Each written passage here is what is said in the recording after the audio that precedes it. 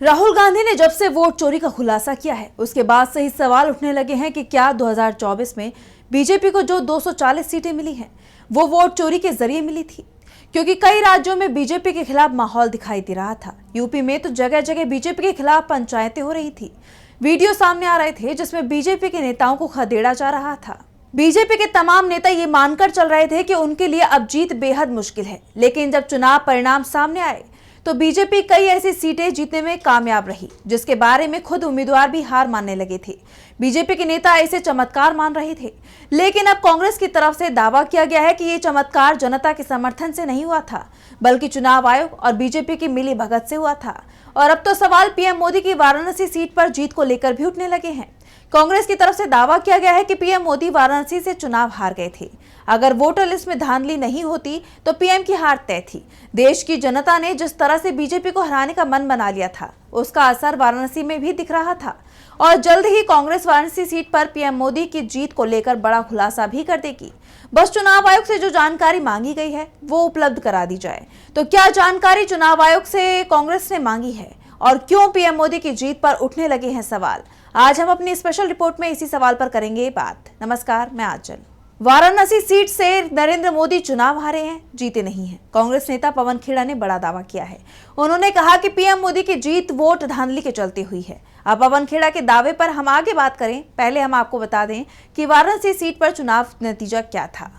नरेंद्र मोदी जो कि बीजेपी से हैं, उन्हें 6,12,970 वोट मिले थे, जबकि अजय राय जो कि कांग्रेस से हैं, उन्हें 4,60,457 वोट मिले थे। तो वहीं अतहर जमाल जो बीएसपी से हैं, जिन्हें 33,766 वोट मिले थे। तो वहीं 8,478 लोगों ने नोटा का बटन दबाया। नरेंद्र मोदी करीब 1,52,000 वोटों के अंतर से चुनाव जीतने में कामयाब रहे थे और इसी जीत पर अब कांग्रेस की तरफ से सवाल उठाए गए हैं। कांग्रेस प्रवक्ता पवन खेड़ा ने कहा है, नरेंद्र मोदी वाराणसी से चुनाव हार रहे थे, गंगा पुत्रों ने उनका इलाज कर दिया था, लेकिन एक बूस्टर डोज फर्जी वोटर्स का मिल गया। 150 मिनट तक काउंटिंग का कुछ भरोसा नहीं मालूम पड़ रहा था, कहीं सब कोई आंकड़े नहीं आ रहे थे। अचानक वापस से आंकड़े शुरू हुए और प्रधानमंत्री जीत की ओर अग्रसर हो गए। 1 लाख वोटों से जीते। अगर ये आंकड़े हमारे पास आ जाते हैं, इलेक्ट्रॉनिक वोटर लिस्ट हमारे पास आ जाती है वाराणसी की, ये साबित हो जाएगा कि प्रधानमंत्री भी गद्दी को चुरा कर बैठे हैं। चोरी की कुर्सी है। वोट चुराया, चुनाव चुराया, कुर्सी चुराई, ये 3 चोरियां इस प्रधानमंत्री ने की हैं। अगर बीजेपी के पास इलेक्ट्रॉनिक डेटा आ ही गया है तो हमें भी वाराणसी की वोटर लिस्ट की पेन ड्राइव का इंतजार है। अगर वाराणसी की इलेक्ट्रॉनिक वोटर लिस्ट मिल जाए तो सबको यकीन हो जाएगा कि काउंटिंग के दिन प्रधानमंत्री को फर्जी वोटरों का एक बूस्टर डोज मिला था। नरेंद्र मोदी वाराणसी से चुनाव हार रहे थे, गंगा पुत्रों ने उनका इलाज कर दिया था, लेकिन फर्जी वोटर्स का एक बूस्टर डोज मिलने के बाद अचानक पता चला कि नरेंद्र मोदी जीत की ओर बढ़ गए हैं। अगर हमें वाराणसी की इलेक्ट्रॉनिक वोटर लिस्ट मिल जाए तो हम साबित कर देंगे कि पीएम मोदी प्रधानमंत्री की कुर्सी चुराकर पद पर बैठे हैं। बीजेपी कहती है कि राहुल गांधी को देश की संस्थाओं पर भरोसा नहीं है, तो क्या कल अनुराग ठाकुर संस्थाओं पर भरोसा कर रहे थे? पवन खेड़ा ने 2 बड़े सवाल उठाए। पहला, पीएम मोदी की जीत को लेकर उन्होंने कहा कि ये फर्जी जीत थी, और दूसरा, अनुराग ठाकुर जो बीजेपी सांसद है, उन्होंने भी वोटर लिस्ट पर सवाल उठाए हैं। पहले हम पीएम मोदी को वाराणसी चुनाव में मिली जीत पर बात करते हैं। राहुल गांधी ने हाल ही में कर्नाटक की महादेवपुरा सीट पर वोटिंग लिस्ट में 1,02,000 से ज्यादा फर्जी वोटों का खुलासा किया था। बात वाराणसी की करें तो वाराणसी लोकसभा सीट में 5 विधानसभाएं शामिल हैं। ऐसे में कांग्रेस नेताओं का कहना है कि वाराणसी में 5 लाख से ज्यादा फर्जी वोटर हो सकते हैं। ये वोटर गुजरात या फिर राजस्थान के हो सकते हैं। शुरुआत में पीएम मोदी वाराणसी सीट से पिछड़ रहे थे और इसका कारण था कि सबसे पहले डाक मतपत्रों की गिनती हुई थी। डाक मतपत्रों में धांधली नहीं की जा सकती क्योंकि ये सरकारी सर्विस में शामिल लोगों के वोट होते हैं। अब हम आपको वाराणसी सीट पर हुई काउंटिंग के शुरुआती चरण के आंकड़े के बारे में बताते हैं कि कैसे काउंटिंग में बीजेपी समर्थकों की नींद उड़ गई थी। पहले राउंड की गिनती में प्रधानमंत्री नरेंद्र मोदी 6,223 वोटों से पीछे हो गए थे। यहाँ पर समाजवादी पार्टी और कांग्रेस के संयुक्त उम्मीदवार के तौर पर उतरे कांग्रेस प्रदेश अध्यक्ष अजय राय ने बढ़त बना ली थी। पहले राउंड के वोटों की गिनती के बाद अजय राय को 11,480 वोट मिले थे, तो वहीं नरेंद्र मोदी को सिर्फ 5,257 वोट मिले।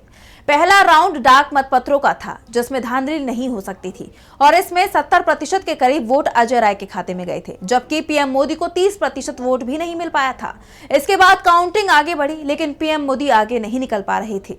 दूसरे राउंड की गिनती जब खत्म हुई तो नरेंद्र मोदी ने लीड को कम तो किया, लेकिन अजय राय फिर भी आगे थे। दूसरे राउंड की गिनती के बाद अजय राय को 18,629 वोट मिले थे, तो वहीं पीएम मोदी को 14,540 वोट मिले थे। अजय राय 4,089 वोटों से आगे चल रहे थे, जिसके बाद बीजेपी नेताओं की नींद उड़ती दिखाई दे रही थी। तीसरे राउंड की गिनती खत्म हुई तो बीजेपी की बेचैनी और बढ़ गई, क्योंकि तीसरे राउंड के बाद भी अजय राय लीड कर रहे थे। तीसरे राउंड के वोटों की गिनती के बाद अजय राय को 21,552 वोट मिले, तो वहीं पीएम मोदी 19,924 वोट हासिल करने में कामयाब हुए थे। अजय राय की लीड 1,628 वोट की चल रही थी। चौथे राउंड की गिनती में पहली बार पीएम मोदी ने अजय राय को पीछे छोड़ा, लेकिन कांटे की टक्कर बनी हुई थी।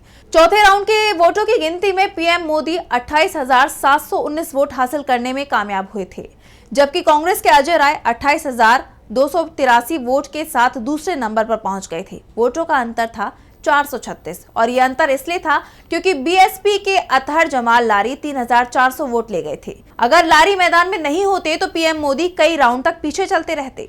पांचवें राउंड की गिनती के बाद पीएम मोदी की बढ़त 619 वोट की हो पाई थी। उन्हें 36,424 वोट मिल चुके थे, तो कांग्रेस के अजय राय को 35,805 वोट मिले थे। बीएसपी के अतहर जमाल लारी 5 राउंड के बाद 3,679 वोटों के साथ तीसरे स्थान पर थे।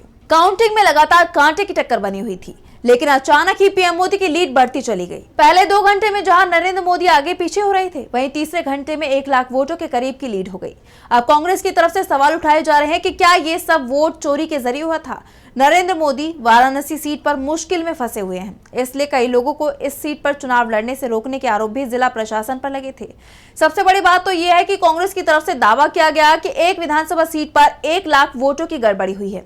इस तरह से बड़ी संख्या में वोटों की गड़बड़ी के चलते ही पीएम मोदी को जीत मिल पाई थी। नहीं तो जितने वोटों से पीएम मोदी को जीता हुआ घोषित किया गया था, उतने से ही उन्हें हार भी मिल सकती थी। वाराणसी सीट पर पीएम मोदी को कांटे की टक्कर देने वाले अजय राय का बयान सामने आया है। उन्होंने कहा कि पीएम मोदी वाराणसी से चुनाव जीते नहीं थे, बल्कि उन्हें चुनाव जिताया गया था। राय ने कहा, प्रधानमंत्री ने वाराणसी से जीत हासिल नहीं की, बल्कि उनकी जीत सुनियोजित वोट चोरी और धांधली से सुनिश्चित की गई। चुनाव आयोग ने विरोधियों के साथ मिलकर मतदाता सूची में हेरफेर किया और नकली वोट डाले गए कि शुरुआती मतगणना में नरेंद्र मोदी के पीछे रहने के बावजूद बाद में परिणाम बदल गए, जिससे प्रधानमंत्री को 1.5 लाख वोटों की मामूली बढ़त मिली। राय ने आरोप लगाया कि अगर चुनाव में धांधली नहीं होती तो नरेंद्र मोदी की हार तय थी। कांग्रेस वोट चोरी पर चुनाव आयोग को घेर रही है, तो बीजेपी के सांसद अनुराग ठाकुर भी कांग्रेस का साथ देते हुए दिखाई दे रहे हैं। उन्होंने दावा किया है कि यूपी में वोट चोरी का खेल हुआ है। सबसे बड़ी बात तो यह है कि कांग्रेस और इंडिया गठबंधन की तरफ से वोट चोरी के आरोप लगाए जा रहे हैं, उसे बीजेपी सांसद अनुराग ठाकुर का भी साथ मिल गया है। अनुराग ठाकुर ने कांग्रेस को घेरने के चक्कर में चुनाव आयोग की ही फजीहत कर दी है। उन्होंने कहा, वायनाड लोकसभा सीट पर 93,499 संदिग्ध मतदाता हैं। यहां से 2019 और 2024 में राहुल गांधी और बाद में उपचुनाव में प्रियंका गांधी जीती थी। ठाकुर ने दावा किया कि इस सीट पर 20,365 डुप्लीकेट मतदाता हैं, जो 2 या उससे अधिक बूथ पर मतदाता हैं। 70,450 मतदाताओं के आवासीय पता फर्जी है और 51,365 मतदाताओं का नाम थोक में सूची में शामिल किया गया है। यही नहीं, इनमें 99 साल की 3 महिलाएं पहली बार मतदाता बनी हैं। अखिलेश यादव की सीट कन्नौज और डिंपल यादव की सीट मैनपुरी सीट पर भी मतदाता सूची में फर्जी लोग हैं। कन्नौज में 2,91,758 और मैनपुरी में 2,22,914 संदिग्ध मतदाता हैं। कन्नौज से अखिलेश यादव 1,70,922 वोटों से और मैनपुरी से डिंपल यादव 2,21,639 वोटों से जीती थी। कन्नौज सीट पर 120 साल की रोजी बेगम 107 साल के मुफरीद के पहली बार वोटर बने। पश्चिम बंगाल की मुख्यमंत्री ममता बनर्जी के भतीजे अखिलेश बनर्जी की लोकसभा सीट डायमंड हार्बर में भी 2,59,779 संदिग्ध वोटर हैं। बड़ी संख्या में अवैध बांग्लादेशी घुसपैठियों को मतदाता सूची में शामिल किया गया है।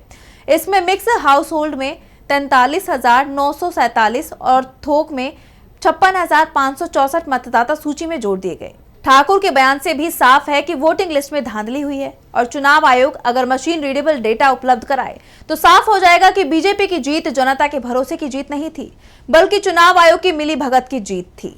तो फिलहाल के लिए स्पेशल रिपोर्ट में बस इतना ही। अगर वीडियो पसंद आए तो लाइक करें, साथ ही हमारे चैनल को सब्सक्राइब करें। नमस्कार।